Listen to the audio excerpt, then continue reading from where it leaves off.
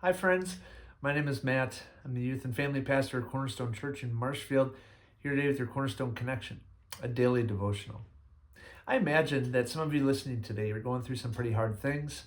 Maybe there's a problem that you're trying to solve. Maybe it's some sort of sickness that you're working through, or maybe there's a relational conflict. Reality is that many of us go through trials, troubles, tribulations almost every day. And sometimes it ebbs and flows. We go through seasons of those, and then it passes, and then we go through another season of it. And this is just the reality of life. And everybody goes through different levels of those trials, troubles, and tribulations. And so it does us no good to compare ours to somebody else's. But there are a couple things that we can do, and I believe should do, as we go through the hard things of life. And I believe as we turn our attention to Psalm 102, the psalmist makes it clear to us what is good practice when we find ourselves in really hard times. You see, the psalmist is going to be gut level honest with God. They're going to confess and share and declare, I'm in an awful spot. Things are really, really bad. But by the end of the psalm, what we're going to see the psalmist do is turn their attention to remembering who God is and finding comfort, finding security, and finding peace in who God is despite the chaos of their circumstances. So let's first look at that chaos that the psalmist is going through. I'm going to start in verse 3 of Psalm 102. It says this, "For my days pass away like smoke, my bones burn like a furnace.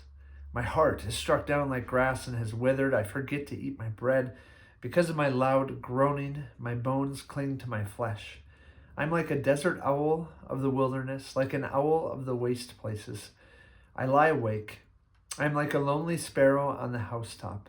All the day my enemies taunt me. Those who deride me use my name for a curse. For I eat ashes like bread and mingle tears with my drink because of your indignation and anger, for you have taken me up and thrown me down. My days are like an evening shadow. I wither away like grass." Now, I don't know if that's where you're at today. I hope not. But this is in a deep, deep valley. The psalmist is in a deep, deep valley, a hard, difficult, dark, depressing time. But what I appreciate is the psalmist's honesty, that they're being honest with God. This is how they feel. This is their perspective as they're going through the valley of life. And the psalmist will continue that theme almost through the entire psalm. But then as the psalmist continues, get to verse 25, as they conclude, they turn their attention to remembering God. And I appreciate this. Here's what he writes. He says, "Of old you, God, laid the foundation of the earth, and the heavens are the work of your hands." There's this acknowledgement, God, I need to remember you created all things. You've been since before the earth was even begun. Verse 26, "They will perish, but you will remain. They will all wear out like a garment. You will change them like a robe, and they will pass away, but you are the same, and your years have no end."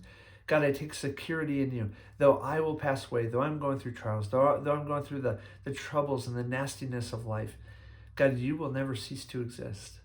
You see my beginning, you see my end, you see beyond me, you saw before me. That is who you are, God. Verse 28, "The children of your servants shall dwell secure. Their offspring shall be established before you." What great security, right? I love how the psalmist acknowledges their security in God. Man, life can throw us off, right? It can throw us off balance. It can make us feel like, man, I don't know where to put my foot next on this next step. But in God, there's security, despite the chaos of life. And friends, that's all I want to encourage you with today in Psalm 102. I mean, if I'm honest, Psalm 102 is quite depressing as you read it. But I want to turn your attention to God at the end. He's the creator and the sustainer of life. He's life himself. He will never die. He'll never cease to exist. And for that reason, you and I can find great security in him. Not only can we find great security and comfort in him, but our children can, and our children's children, and every generation that is to come. No matter what trials they may face, they have a God who is with them and will never cease to be available to them. What a great comfort that is for you and I. Friends, I hope you have a great day, and I look forward to seeing you next time on the Cornerstone Connection.